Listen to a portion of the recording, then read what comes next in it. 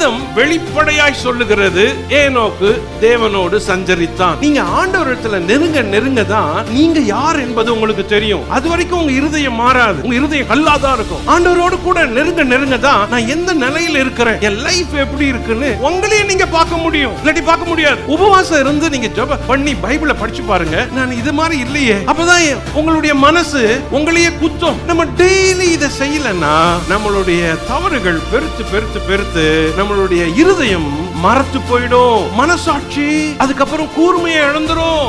ஏனோக்குடைய வாழ்க்கையில பிள்ளைய பெற்ற பிறகு தேவனோடு கூட நெருங்கிய உறவை ஆரம்பிச்சிட்டாரு.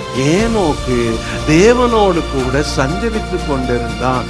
அவன் தேவனோடு கூட நெருங்கி நடந்ததுனால அந்த வெளிப்பாடு ஏனோக்குக்கு கிடைச்சது.